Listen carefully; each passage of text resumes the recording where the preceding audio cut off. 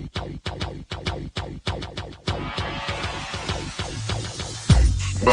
to the ODDSBREAKER'S #1 place for shared, sharp betting information.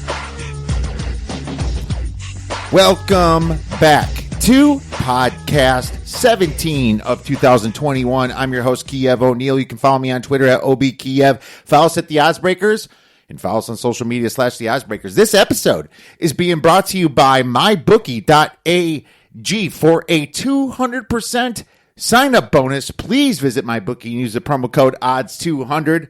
Terms, conditions, and location apply. If you'd like to help us out with our costs, sponsor the website and the podcast, we'd love to help you out. Please visit theoddsbreakers.com, click shop, and become a member. For $24.99 a month, you get my plays and premium plays before the line moves. If nothing else, please visit theoddsbreakers.com and become a free picks newsletter subscriber.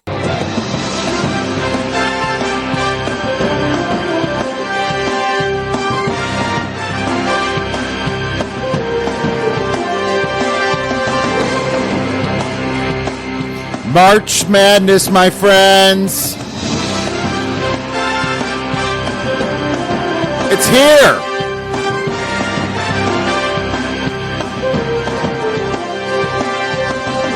Let's fill out some brackets, baby.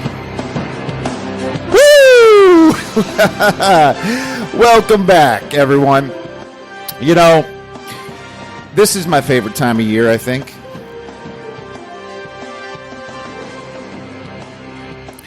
And I got to tell you, the brackets are out, and it's tough. It's kind of tough this year, and we'll get rid of that poor quality CBS music. It's tough because there is no geographical advantage this year to the brackets. You know, that used to be a point that we would make, obviously, when you're filling out your bracket and when you're betting on these teams. There'd be some nice little nuggets in there early because one team would be a lot closer to home than others would, and they might even get more fans than others would as well. But being that there's going to be no fans at this tournament or very limited, you lose that. So it's pretty even Steven here. All these games are being played in Indianapolis or the surrounding areas, right? All in Indiana. But obviously, there's still matchup advantages and things like that you use when you normally handicap these games. So getting right into it, obviously, there's teams that have been left out. You know, teams like Belmont. Belmont had like 24 or 26 wins. Really tough on them. St. Louis is a team that I thought was going to be potential at-large team. They're on the waiting list now in case a team can't make it due to COVID. So I was really hoping the Billikens were going to be in, but that didn't happen. Memphis is another team that I thought was really good at the end of the year. You saw them play Houston twice. I really think they got burned on Saturday night on that game versus Houston. There's just a few things that didn't go their way.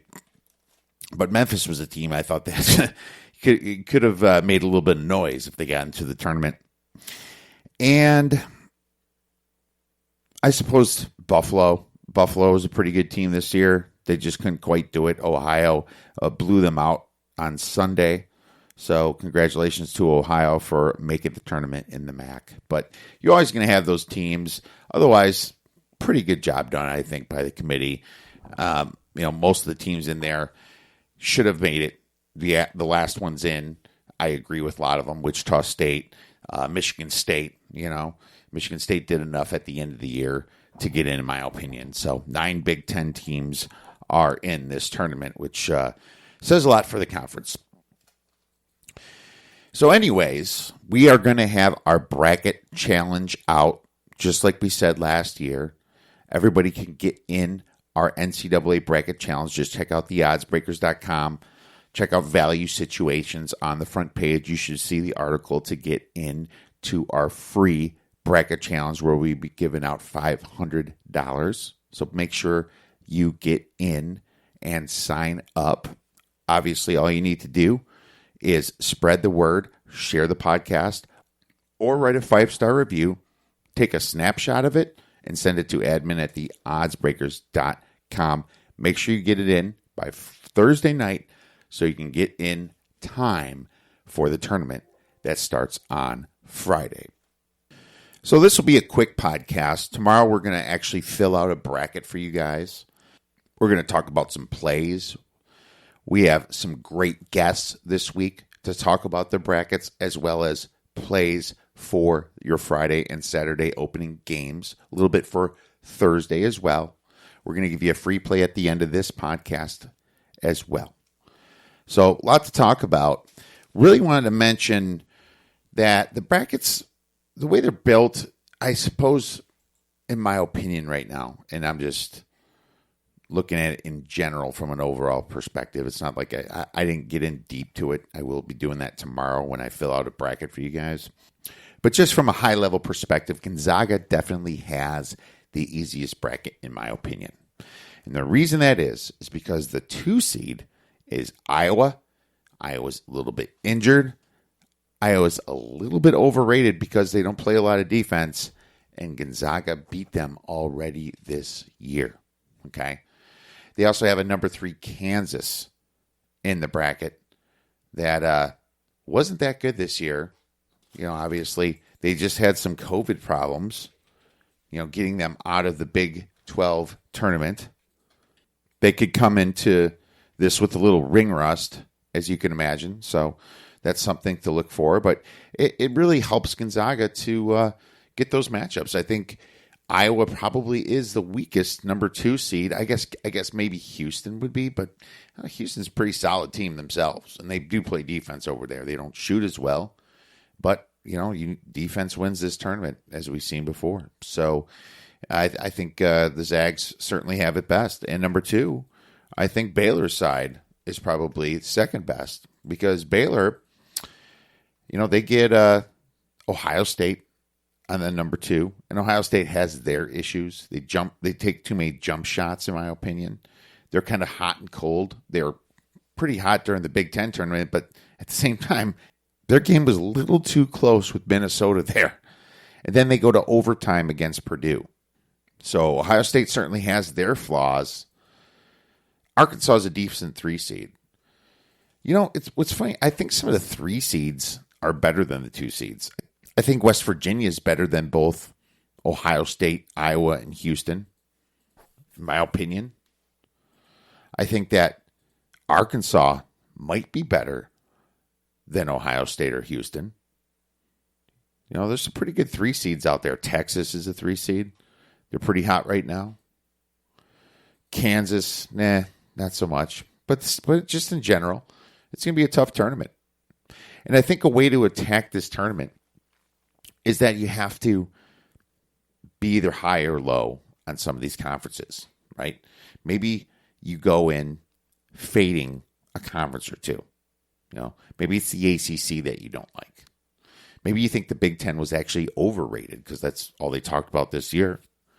Yet the Big Ten has their flaws. You know, I mean, maybe you, when you fill out your bracket, you use that approach. And that's the approach I'm going to take, I think. You know, I've already analyzed some of it. Got more to do, but, you know, we'll see what happens. Another thing I noticed here is Michigan's another 1 seed, a Big Ten team. But Isaiah Livers might not be able to play. Oh, no! He's got a stress fracture in his foot. All right? So that's not good. He's their senior leader there. And it kind of showed how poor Michigan played down the stretch here. And especially against Ohio State. You know? That's an issue. And that really leaves part of that bracket open. I would say that the East bracket that Michigan's is in is kind of the biggest head scratcher to me. You have a pretty dang good number 8 LSU team that a lot of people are already picking right now. Very public pick it will be for LSU, but that doesn't mean it's wrong. Does not mean it's wrong. And they're playing St. Bonaventure, and the funny thing is they're barely favored in that game. Then you have the Georgetown versus Colorado. Florida State's in this bracket, a 4 seed. Florida State, are they a 4 seed if they win the ACC tournament? You know, it's pretty amazing to me that a 4 seed for the ACC is the highest seed that the ACC got in this whole bracket. You know, Georgia Tech that just won it is a 9 seed. A 9 seed, you know. I wonder what ACC fans are thinking about that right now. Fucking bullshit! So, that bracket's wide open, in my opinion. Alabama just won the SEC tournament. They almost lost it. LSU almost tipped that ball in. That's how close that LSU team is to Alabama. An 8 seed to a 2 seed here. Okay? So, interesting bracket there. And you also have Michigan State lurking in the play-in game in that bracket that gets BYU and then Texas. So, really interesting in this quadrant here. Next one that we haven't talked about yet, Illinois. In my opinion, they have the hardest quadrant out of them all. Okay? I mean, the number 2 team is Houston. And I guess Houston, they're probably a 2 or a 3. It's not like, you know, a lot of people call it the weakest one, but they're a good team. I mean, they couldn't miss when the game was on the line, you know. And that's important. They play defense. Not only that, they have West Virginia, maybe one of the best offenses in the tournament right there. They don't play a ton of defense, but they're healthy now. You know, West Virginia is tough as a 3 seed. And then you have Oklahoma State as a 4 seed that just beat Baylor and lost to an extremely hot Texas team in the tournament there. And then you have Georgia Tech. Georgia Tech just won the ACC tournament, beating Florida State. And they're looking very, very good right now with Alvarado. Wow, is he a good point guard? You know, right over there. Fantastic team with Georgia Tech. And that was one of our highlights of the weekend, winning that Georgia Tech play 16-1, 25-1. Some of our members had 30-1. So had a great weekend because of that. But Illinois, in my opinion, they have the toughest quadrant of them all. And so lots of people will be picking Illinois. I mean, if Illinois gets bounced and you pick somebody else, that could give you a big advantage just right there in winning your bracket challenge. So we'll go over that tomorrow a little bit more. But in my opinion, it's going to be a fun tournament. It's really interesting that it's starting on a Friday and not a Thursday and ending on a Monday. I mean, ending as in moves into the next Sweet 16 after Monday. So, never seen that before. We'll see how it all turns out, and hopefully COVID will not mess up any teams and cancel them out because, you know, I couldn't imagine if one of these top-seeded teams gets it and their fan base has to see their team get bounced out of the tournament for something like that. Unreal. All right, my friends. Well, that was my initial thoughts. We'll go into more detail how we think this bracket is going to turn out and fill one out for you for tomorrow's show. But before we go, we're going to give you a free play, and we're going to go right to the Georgetown, Colorado game. Georgetown is a 5-point dog against Colorado. The total on this game is about 139-ish. So here's the deal. Colorado is not a good away team. They're great at home. They play very well at home, but it seems like when they have away games, they tend to blow it. You know, they lost to Cal away. They lost to Washington away. UCLA, Arizona. You know, they're just much better at home.